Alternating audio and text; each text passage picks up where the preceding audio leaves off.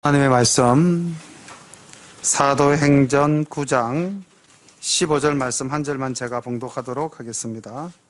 사도행전 9장 15절 말씀입니다. 주께서 가라사대 가라, 이 사람은 내 이름을 이방인과 임금들과 이스라엘 자손들 앞에 전하기 위하여 택한 나의 그릇이라. 아멘.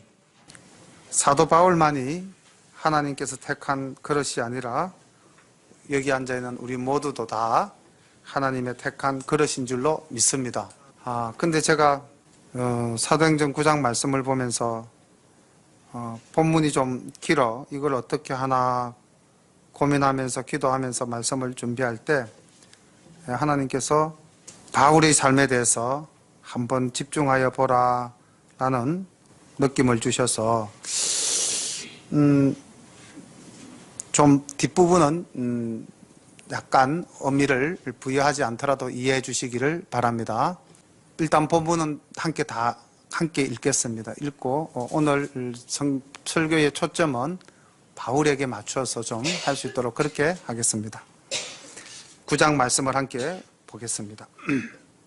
사울이 주의 제자들을 대하여 여전히 위협과 살기가 등등하여 대제사장에게 가서 다메섹 여러 회당에 갈 공문을 청하니 이는 만일 그 돌을 쫓는 사람을 만나면 물론 남녀하고 결박하여 예루살렘으로 잡아오려 함이라. 사울이 행하여 다메섹에 가까이 가더니 홀연히 하늘로서 빛이 저를 둘러 비추는지라.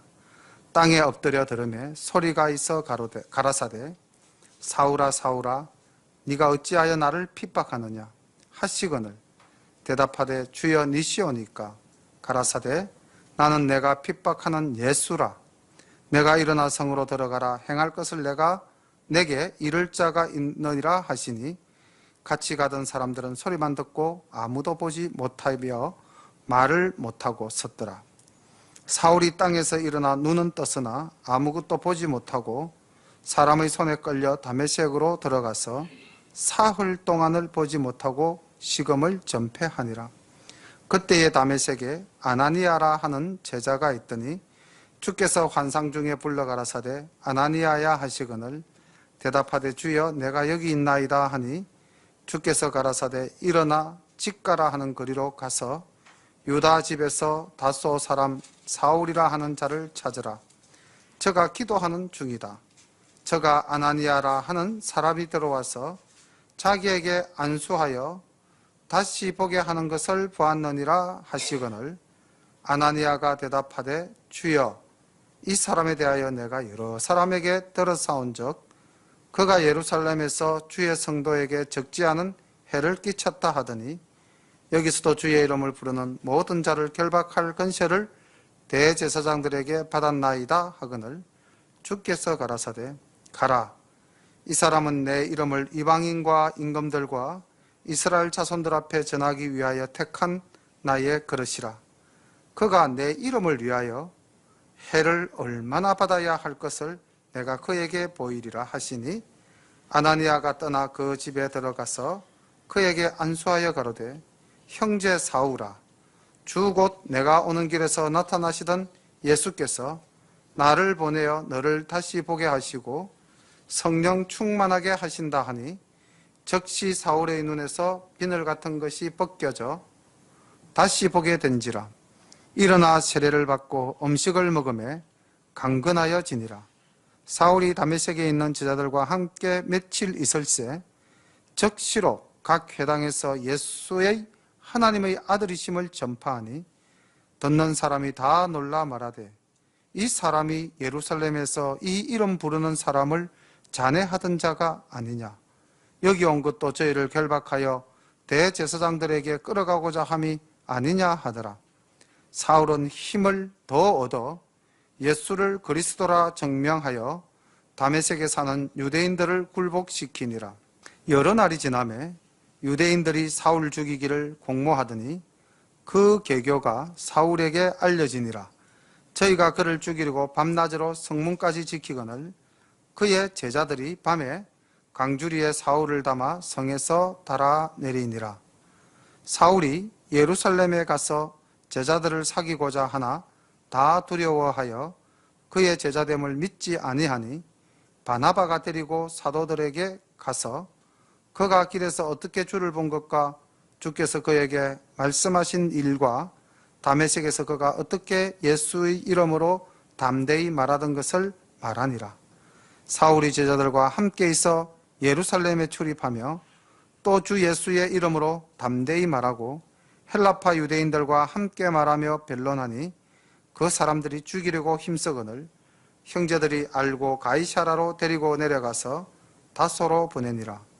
그리하여 온 유대와 갈릴리와 사마리아 교회가 평안하여 든든히 서가고 주를 경외함과 성령의 위로로 진행하여 수가 더 많아지니라.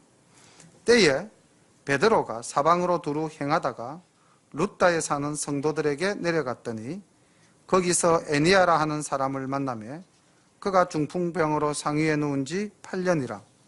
베드로가 가로되 에니아야, 예수 그리스도께서 너를 낫게 하시니 일어나 내 자리를 정돈하라 한데 곧 일어나니 룻다와 사론에 사는 사람들이 다 그를 보고 주께로 돌아가니라. 욥바에 다비다라 하는 여제자가 있으니 그 이름을 번역하면 도르가라. 선행과 구제하는 일이 심히 많더니 그때에 병들어 죽음에 시체를 씻어 다락에 뉘우니라.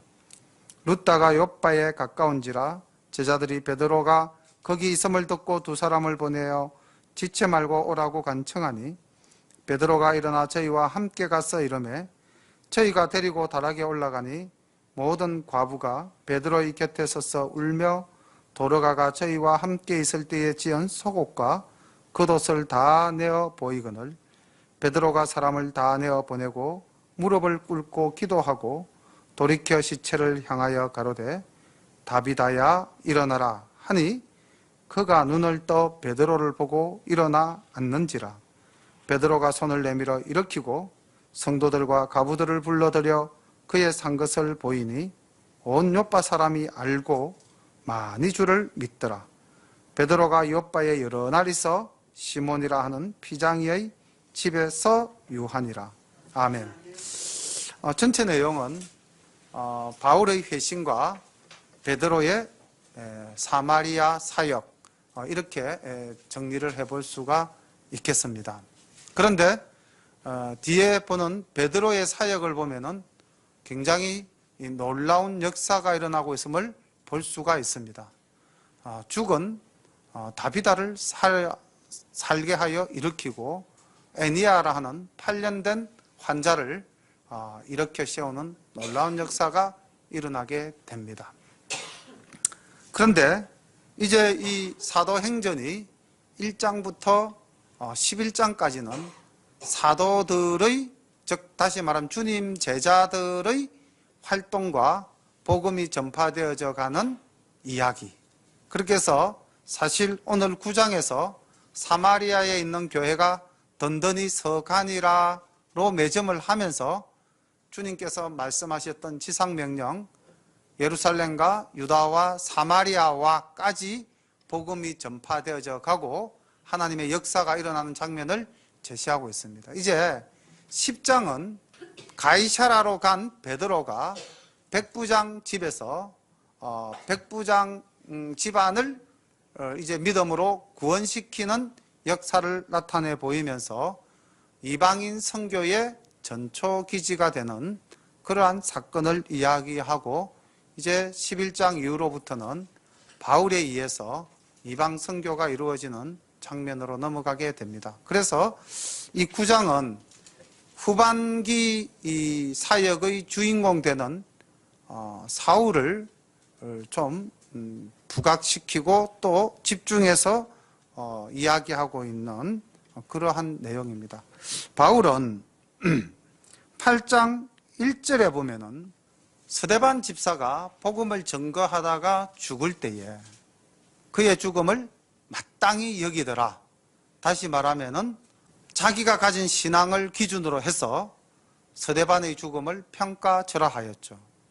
그런데 이제 오늘 9장 1절에서 만나는 사울의 모습도 여전히 자기 주관에 따른 신앙을 가지고 있는 사람으로 나타나 보이고 있습니다. 자, 우리가 오늘 이 9장 말씀을 보면서 사울의 이 변화되어지고 주님을 만나는 이 장면이 그래 2000년 전에 사울이라는 한 청년이 이렇게 변했어, 우리가 이렇게 받아들일 내용이 아니라는 것입니다. 오늘 우리는 이 사도행전 9장 말씀을 통해서 사울이 예수님을 만나서 변화되어진 것처럼 우리도 오늘 주님을 만나서 새롭게 한 번 더 변화되어지는 그런 시간이 되기를 간절히 소망합니다. 목사님, 저는 이미 잘 믿고 있는데 더 변할 게 없는데요? 아니요, 바울이 그랬지 않습니까? 나는 날마다 어떻게 된다고 그랬죠? 죽노라. 오늘의 나는 죽고 새로운 나로 또 태어나야 되는 겁니다. 그래서 오늘 이 사도행전 9장에서 우리는 사울이 변화되어져 가는 모습을 사울이 다른 서신서에서 고백했던 말씀들과 함께 연결시켜 보면서 우리가 어떠한 마음으로 오늘 이 말씀을 받아들여야 될 것인가를 한번 깊이 묵상해 보는 시간이 되었으면 참 좋겠습니다. 사울이 여전히 위협과 살기가 등등하여서 주의 제자들을 대하였다. 사울이 신앙이 있는 사람입니까? 신앙이 없는 사람입니까? 사울이 하나님을 아는 사람입니까? 모르는 사람입니까?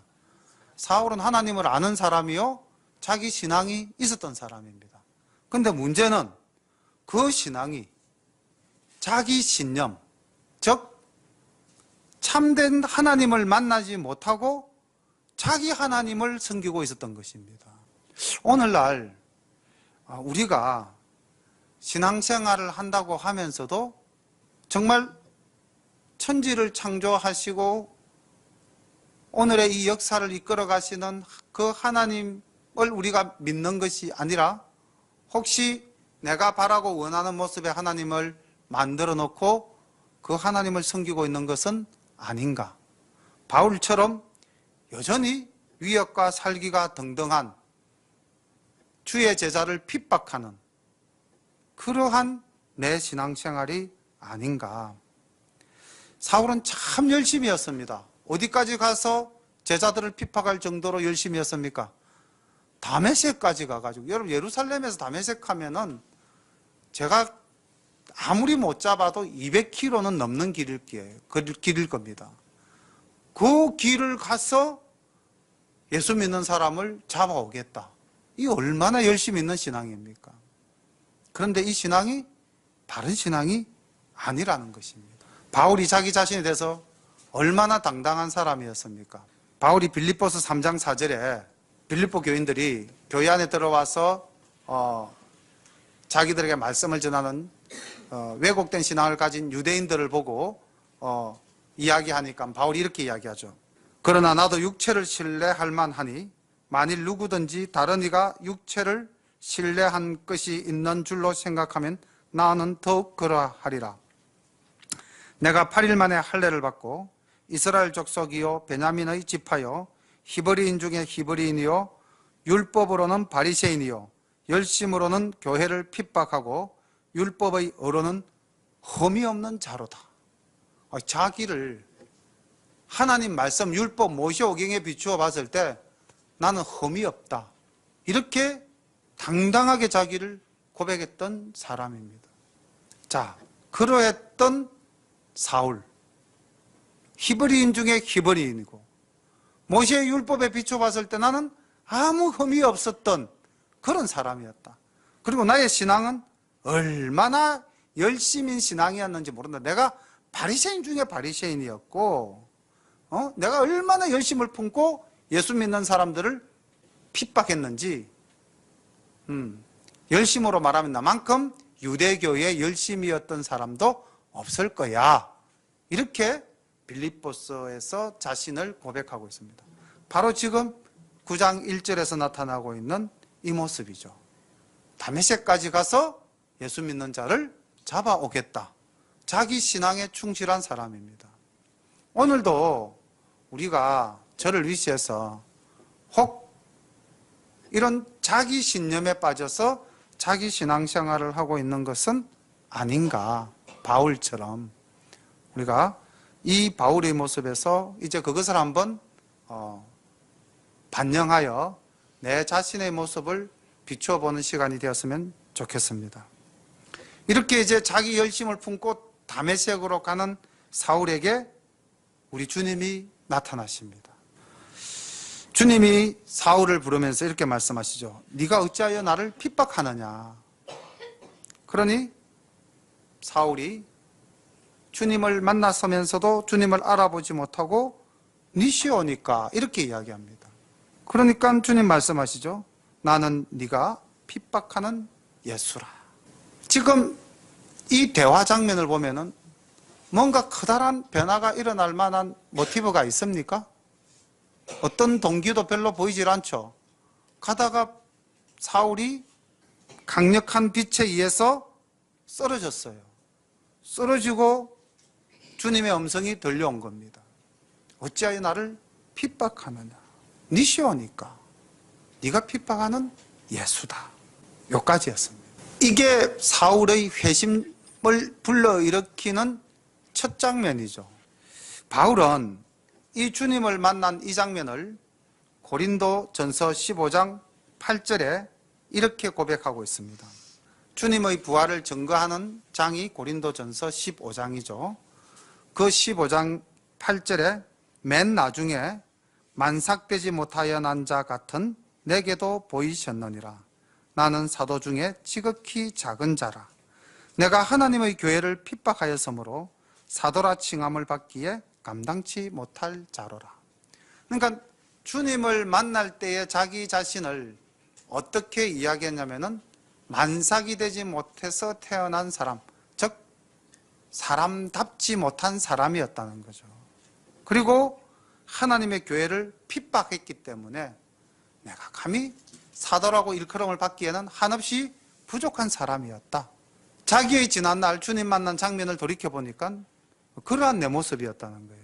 그러니까 우리가 이제 주님을 만나려면은 어떠한 내 자세로 주님을 만나야 되는가? 나는 열심히 믿고 나는 내가 믿는 신앙에 최선을 다하는 그러한 모습으로 우리가 주님을 만난다면은 온전히 주님을 만나지 못할 수도 있다는 겁니다. 어떨 때 주님이 우리를 만나 주시는가? 이 바울의 고백을 빌려서 본다면은 만삭이 되지 못하여 난 자 같은 나에게도, 다시 말하면 한없이 부족하고 연약하다고 내가 고백할 때 주님은 우리를 찾아오시는 줄로 믿습니다. 겉보기에는 얼마나 강하고 당당한 바울입니까? 그런데 그 안은 한없이 부족한 사람이었다는 거죠. 누가 볼 때? 하나님 보실 때. 사람들이 볼 때 이 사람은 완벽한 사람이었어요. 본인 스스로도 그렇게 생각하지 않았습니까? 율법으로는 나는 흠이 없노라.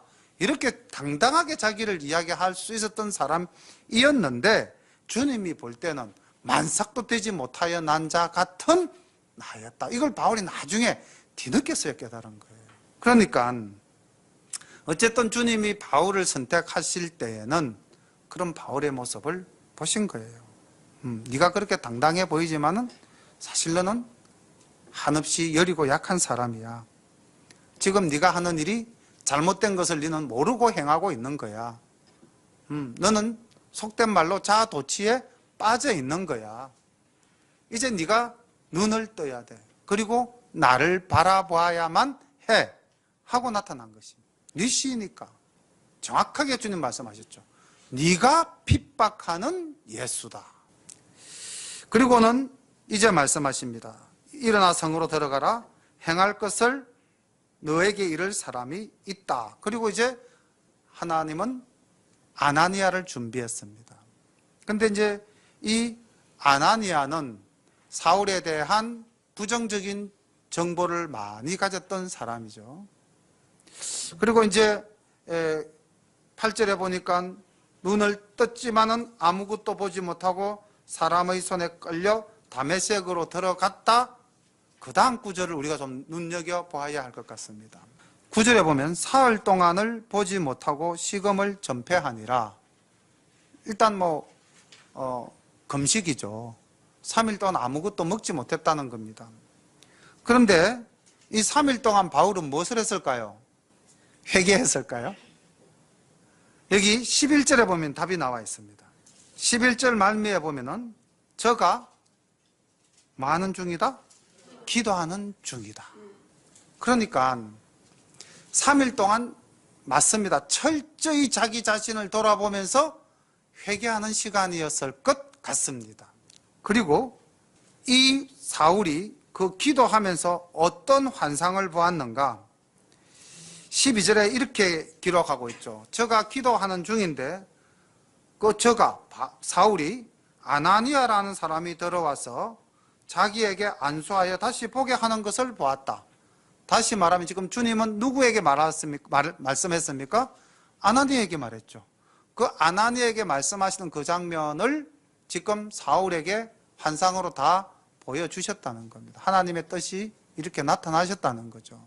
실질적으로 이쪽에서 일하시고 사울은 그것을 환상으로 보고 있고 그리고 기도하는 중이었다. 자, 여기서 우리가 중요한 은혜를 하나 받아가야 되겠습니다. 지금 사울이 주님을 만나서 자기의 잘못된 삶을 돌이켜 내 자아가 깨어지는 장면이죠. 내 자아가 깨어지는 그 장면 속에 뭐 하고 있는 모습입니까? 기도하는 모습이라는 거죠.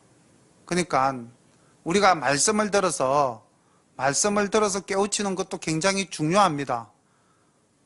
사울이 주님을 만나서 주님의 음성을 듣는 것도 굉장히 중요한 일입니다. 그러나 중요한 것은 뭐 하는 것이었다? 기도하는 것이었다. 기도하는 그 시간에 자기의 사명을 깨닫게 되고, 기도하는 그 시간에 자기의 잘못을 회개하게 되는 것이고, 기도하는 그 시간에 하나님께서 나를 이끄시는 모습도 보게 된다는 것입니다.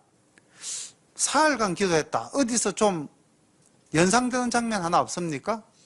3일간 기도했다.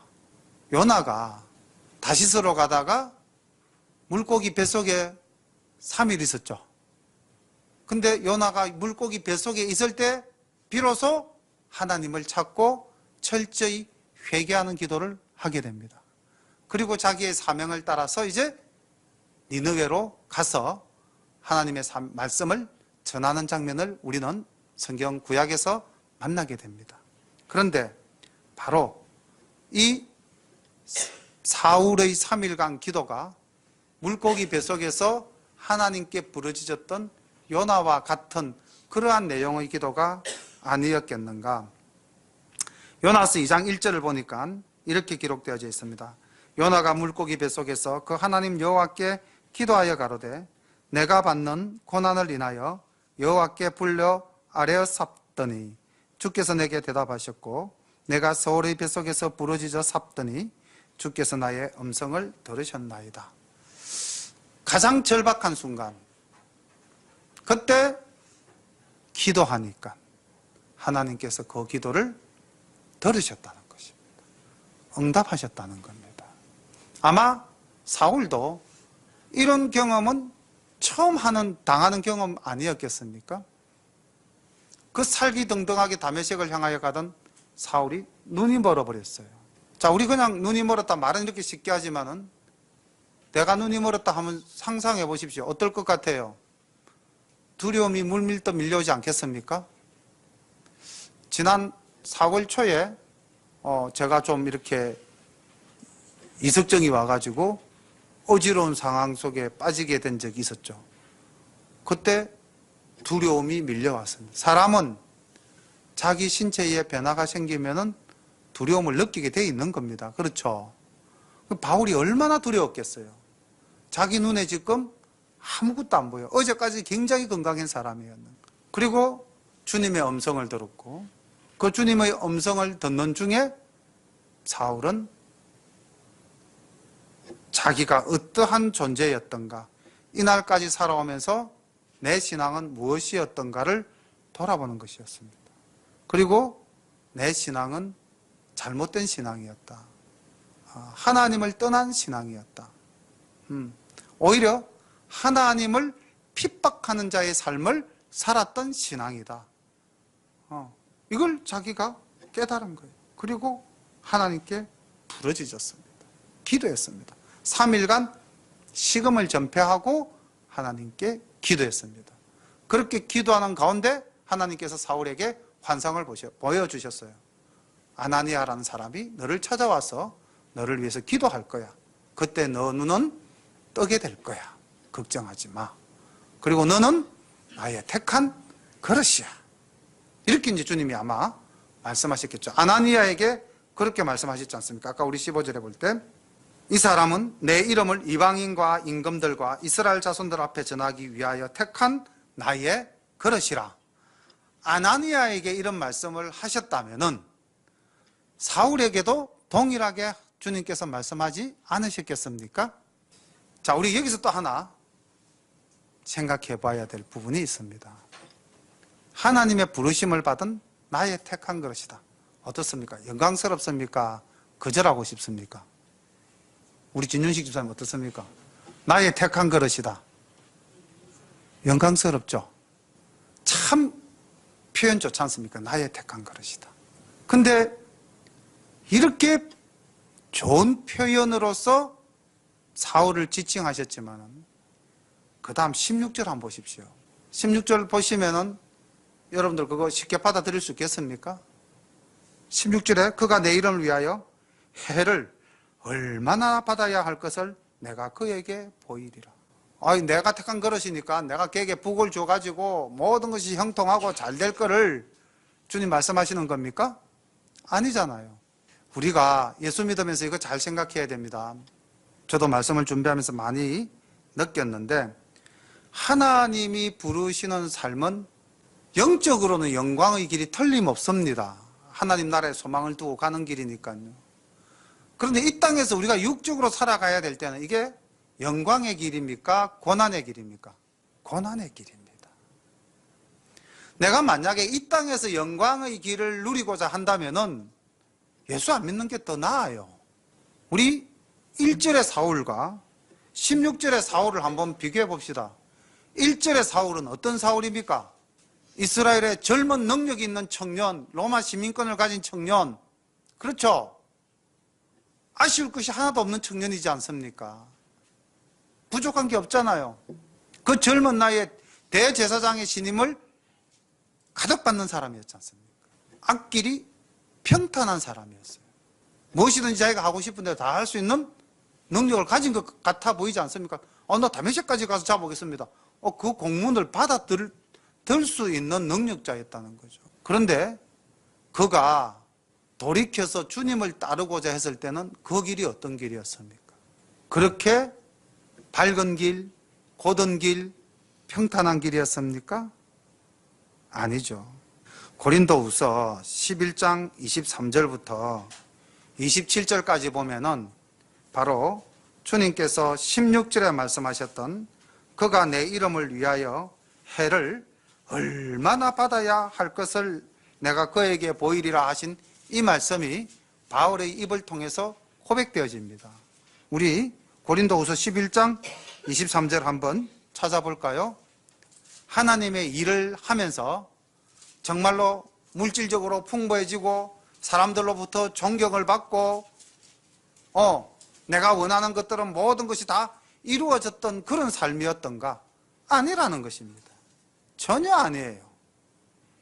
아마 오늘 우리 성도님들 중에서도 이러면 나 예수 안 믿을래 하고 도망갈 수 있을 만큼 험악한 말씀이 나옵니다. 우리 23절부터 27절까지 한번 같이 읽어보겠습니다. 고린도후서 11장 23절 저희가 그리스도의 일꾼이냐 정신없는 말을 하거니와 나도 더욱 그러하도다.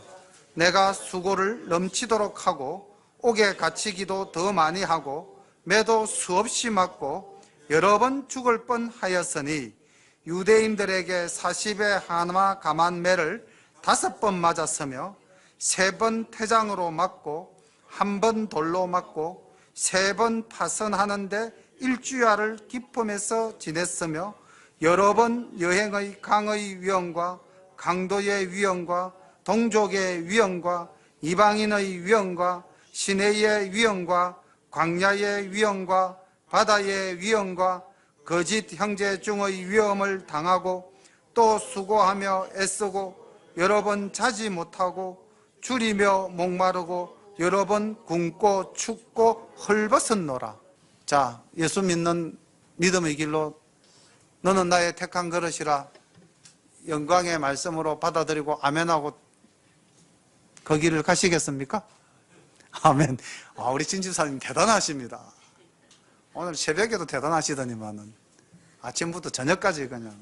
사실 나의 택한 그릇이라 했을 때는 정말로 뭔가가 무지갯빛 찬란한 것을 우리가 상상할 수 있는데요, 이게 아닌 거예요.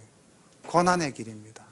차동원 집사님 신앙생활 열심히 하면서 삶이 이 땅에서 육적으로 어떤 것 같아요? 좀 더 편안해지셨습니까? 아니면 조금 더 힘들어지셨습니까? 네? 편안해지셨습니까? 아이고, 은혜가 너무 충만하셔가지고.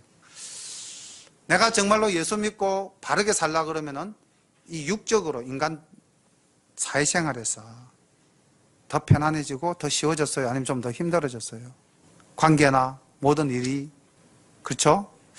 제가 지금 질문했던 건 그거예요. 우리 이제 이 자리에는 안 계시지만 우리 황은섭 집사님, 정말 당신은 행복하십니까? 탁 교육받고 그래 나 이제 정말 예수님 뜻대로 살 거야. 우리 황은섭 집사님 잘 아시잖아요. 노조위원장 하셨던 분이거든요. 그 두산중공업에서. 아니야, 두산중공업 아니다. 기아 무슨 회사인데 금속노조 노조위원장 했던 분입니다. 그 회사 노조위원장. 그러니까 그 주변 사람들이 얼마나 많겠어요. 노조위원장까지 했으니까. 근데 나 예수 믿고 똑바로 살 거야 이제 그러니까 그 사람들이랑 어떻게 해야 돼요? 관계를 맺어야 돼요? 끊어야 돼요? 끊어야 되죠. 이제 나 예수 믿고 살 거야 이러니까. 그렇게 해서 결심을 했는데 이게 가시밭길인 거예요. 이 황은섭 집사님한테는 그 길이 얼마나 험악했는지. 예수 제대로 믿으려고 그러면은요, 우리가 살아가는 길이 오늘까지는 아스팔트인데 내일부터 갑자기 자갈길로 바뀌더니만 그 다음 날부터는 그냥 가시밭길로 바뀌는 거예요. 힘든 길입니다. 그런데 바울은 이 길을 달려가면서 뭐라고 그랬습니까? 정말 위대한 고백이 빌립보서 3장 7절에 나오고 있습니다. 이렇게 내가 죽을 고비 매를 수없이 맞았지만은 나는 예수 그리스도를 만난 이후 내가 가진 그 모든 것을 뭘로 여긴다? 배설물로 여긴다 라고 고백하고 있습니다. 빌립보서 3장 7절에 보니까 그러나 무엇이든지 내게 유익하던 것을 내가 그리스도를 위하여 다 해로 여길 뿐더러 또한 모든 것을 해로 여김은 내 주 그리스도 예수를 아는 지식이 가장 고상함을 인함이라. 내가 그를 위하여 모든 것을 잃어버리고 배설물로 여김은. 놀랍지 않습니까? 저는 사실은 이 바울의 고백을 따라갈 수 있을까 저에게 말씀을 준비하면서 많이 질문을 던져봤어요. 근데 아직도 솔직히 자신이 없습니다. 우리가 예수 믿는다고 하는 것이 편하고 좋은 길이 아니에요. 수많은 영적 도전들이 밀려오지 않습니까? 용서하고 들으십시오. 4월달, 5월달을 지나오면서 한 두세 번 이런 생각을 했습니다. 내가 미쳤지. 왜 목사가 됐을까? 선생하면 그냥 편했을 텐데. 한 두세 번 그런 생각 품었던 적이 있습니다. 용서하십시오. 정말 제가 목사가 되기 전에 목사가 되어야 되겠다 했을 때는 참 좋아 보였어요. 목사님이. 교회를 담임한다는 것이 또 설교를 한다는 것이 정말로 그냥 밝은 면만 본 거예요. 밝은 면. 내 신앙으로 바라본 거죠. 본질을 못 보고 껍데기만 본 거예요. 근데 이제 이게 막상 이제 교회를 개척을 하고 이렇게 목회를 시작하니까 이게 만만치 않은 도전인 겁니다.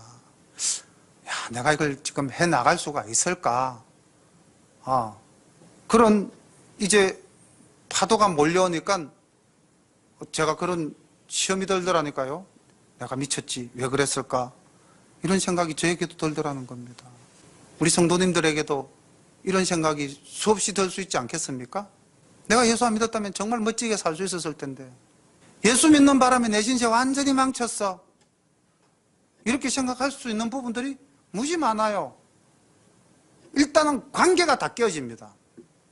평신도로 제가 신앙생활 할 때도 학교에서 관계가 잘 안 되는 거예요. 왜냐하면 사람들과 관계를 맺으려면 어디를 따라가야 됩니까? 남자는. 예, 영업소. 술자리를 따라가야 됩니다, 이게. 술자리가 안 되는 사람은 그 전체 무리 속에서 왕따 당합니다. 이게 남자들만이 아니더라고요. 이제는 보니까 여자들도 그런 것 같아요. 동네 아줌마들도 요즘은 남자들보다 술 더 잘 마시시는 것 같더라고요. 이게 우리가 가야 할 길이라는 겁니다. 오늘 이 바울의 회심 사건은 우리에게 정말 깊이 들어가서 보면은 굉장한 사건인 게, 사실은 굉장한 사건 맞죠? 이 바울 한 사람으로 인해서 이 땅에 기독교가 생긴 거예요. 예수님을 그리스도라, 예수님을 메시아라고 분명히 확정하고 십자가의 도를 전한 사도로서는 가장 큰 봉우리를 이루어낸 겁니다. 우리는 그런 큰 봉우리는 못 되더라도 우리도 우리만큼의 작은 봉우리는 만들어야 되지 않겠습니까? 그래서 오늘 바울의 회심을 보면서 또 바울이 그 고백했던 고백들을 바울의 서신서에서 찾아보면서 우리가 신앙의 결단을 해야 되지 않겠는가, 그렇게 생각을 합니다. 이제 마지막으로 준비한 하나의 말씀은 여기 17절에 아나니아가 떠나 그 집에 들어가서 그에게 안수하여 가로되 형제 사울아, 주 곧 너가 오는 길에서 나타나시던 예수께서 나를 보내어 너로 다시 보게 하시고 성령으로 충만하게 하신다 하니, 즉시 사울의 눈에서 비늘 같은 것이 벗어져 다시 보게 된지라. 일어나 세례를 받고 음식을 먹음에 강건하여 지니라. 사울이 다메섹에 있는 제자들과 함께 며칠 있을 때 적시로 각 회당에서 예수의 하나님의 아들이심을 전파하니, 사람이 변해도 완전 변해버렸죠. 180도 변해버린 겁니다. 바울이 적시로 각 회당에서 예수의 하나님의 아들이심을 전파한 이 일은 바울이 갈라디아서 2장 20절에서 이렇게 고백했습니다. 그 적시로 내가 예수를 증거할 수 있었던 것은 무엇 때문이었던가? 바울의 고백을 빌리면은 너무나 잘 아는 말씀이시죠. 내가 그리스도와 함께 십자가에 못 박혔나니 그런즉 이제는 내가 산 것이 아니요 오직 내 안에 그리스도께서 사신 것이라. 이제 내가 육체 가운데 사는 것은 나를 사랑하사 나를 위하여 자기 몸을 버리신 하나님의 아들을 믿는 믿음 안에서 사는 것이라. 아멘. 바로 이 고백을 할 수 있었기에 그는 적시로 예수님의 하나님 아들 되심을 전파할 수 있었던 것입니다. 오늘날 우리가 예수 믿는다고 하면서 어떤 예수님을 믿고 있는가? 오늘날 우리가 예수를 믿는 목적이 무엇인가? 오늘날 우리가 예수를 믿는다고 하면서 어떤 삶을 살아가고 있는가? 오늘 이 바울의 회심 장면에서 그 회심한 바울이 자기가 직접 쓴 서신서 곳곳에서 증거한 내 삶의 모습을 우리가 조금 더 들여다본다면, 나의 택한 그릇, 참으로 멋지고 좋아 보이는 표현이지만, 그러나 그 안에는 우리가 엄청나게 포기해야 할 것이 많다는 것도 전제되어져 있다는 것입니다. 우리가 하나님의 도구가 되겠다, 우리가 하나님의 제자가 되겠다, 우리가 하나님의 자녀가 되겠다, 만약에 우리가 이런 기도를 한다면은, 이런 기도를 하나님께 드린다면은 입술로서 이루어지는 기도뿐만이 아니라 내 삶의 변화가 일어나야 되는 겁니다. 삶의 변화가 일어나지 않는, 적시로 예수의 하나님의 아들 되심을 전파했다. 상식적으로 생각해 보십시오. 사흘 전에 그는 어떤 자였습니까? 예수 하나님의 아들 너 이리 와 잡아가던 자였어요. 그렇지 않습니까? 그런데 불과 3일 만에 그의 삶이 180도로 바뀌었다는 겁니다. 아까 본문에 보니까 사울을 어떻게 하려고 했습니까? 많은 사람들이 바로 죽이려고 했죠. 생명의 위협을 느끼는 상황으로 바뀐 겁니다. 그런데도 사울은 그 일을 멈추었습니까? 멈추지 않았습니까? 멈추지 않았다는 겁니다. 그래서 우리가 이런 찬송 있잖아요. 낮엔 해처럼 밤엔 달처럼 그렇게 살고 싶어요. 근데 이제 2절에 가면은 예수님처럼 바울처럼 그렇게 살고 싶어야 할 때 저는 예수님처럼은 우리는 도저히 못 살죠. 우리는 정말 예수님처럼 살 수는 없습니다. 절대 죽었다 깨어나도 못 삽니다. 왜냐하면 우리는 하나님이신데 우리가 어떻게 하나님처럼 살 수 있어요, 그죠? 우리는 인간인데 단지 바울처럼만 살 수 있으면 얼마나 좋겠는가. 바울처럼만. 저는 이렇게 생각합니다. 제 자신도 아직 부족하고 못난 구석이 많이 있는 사람이기 때문에 제가 설교한다고 해서 우리 성도님들이 그래 나도 바울처럼 확 변해버릴 거야 이런 역사는 글쎄요. 그래서 저는 이렇게 부탁드리고 싶습니다.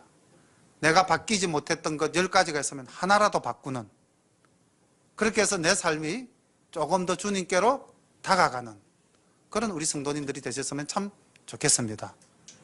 저도 하루아침에 확 바뀌지는 못하지만은 조금씩 바뀌어 가려고 노력하고 있습니다. 우리가 예수 믿고 산다는 것은 자기가 가지고 있던 자기가 그렇게 충실하고 그렇게 가치 있다고 생각했던 것들을 하나님 앞에서 하나씩 내려놓는 것이 예수 믿고 주님께 나아간다는 것인 것 같아요. 내 것 그대로 다 가지고 있으면서 바뀌어진다? 이게 맞는 적절한 예가 될는지는 모르겠는데 대학교 1학년 때 이제 대학교 입학을 하니까 저희들 때가 참 데모가 심했습니다. 82년도에 대학을 입학을 했는데 이제 그때 80년 5월 18일 이제 전두환 정권에 의해서 이제 5.18 민족 항쟁이 일어나고 군부가 쿠데타를 통해서 이제 정권을 탈취하고 전두환 정권이 들어섰던 때였기 때문에 이제 민주화를 부르짖는 학생들의 데모가 엄청나게 많았고 각 대학마다 이제 학생 운동권의 신입생들을 포섭하기 위해서 이제 학생 운동을 활발하게 하려고 이제 이렇게 딱 성분 조사를 하는 거죠. 저 녀석 어디서 올라왔다? 마산. 그래. 3.15 부마 사태. 그 데모 잘하는 동네. 딱 보니까 저거 집 옥수로 못 살아. 노동자의 아들. 외형적 조건은 데모하기에 참 좋은 조건이니까 포섭을 하러 왔더라고요. 갔던 과 선배가.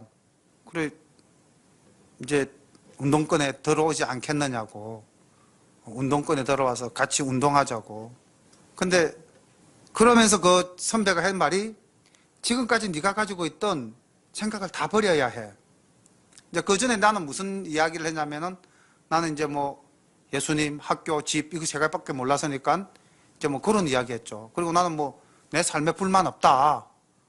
그리고 사회를 바라보는 관점에 아직까지 신앙적 관점 외에 다른 관점은 갖고 싶지 않다. 아마 이런 이야기 했던 것 같아요. 그러니까 그 선배가 하는 말이 네가 가진 생각을 다 버려야 돼. 그리고 새롭게 너는 행동해야 돼. 생각을 가져야 돼. 그러길래. 그래서 저는 그럼 못 가겠습니다. 그렇게 해서 이제 거절해버렸어요.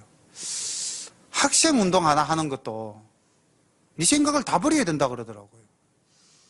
세상을 새롭게 봐라 그러더라고요.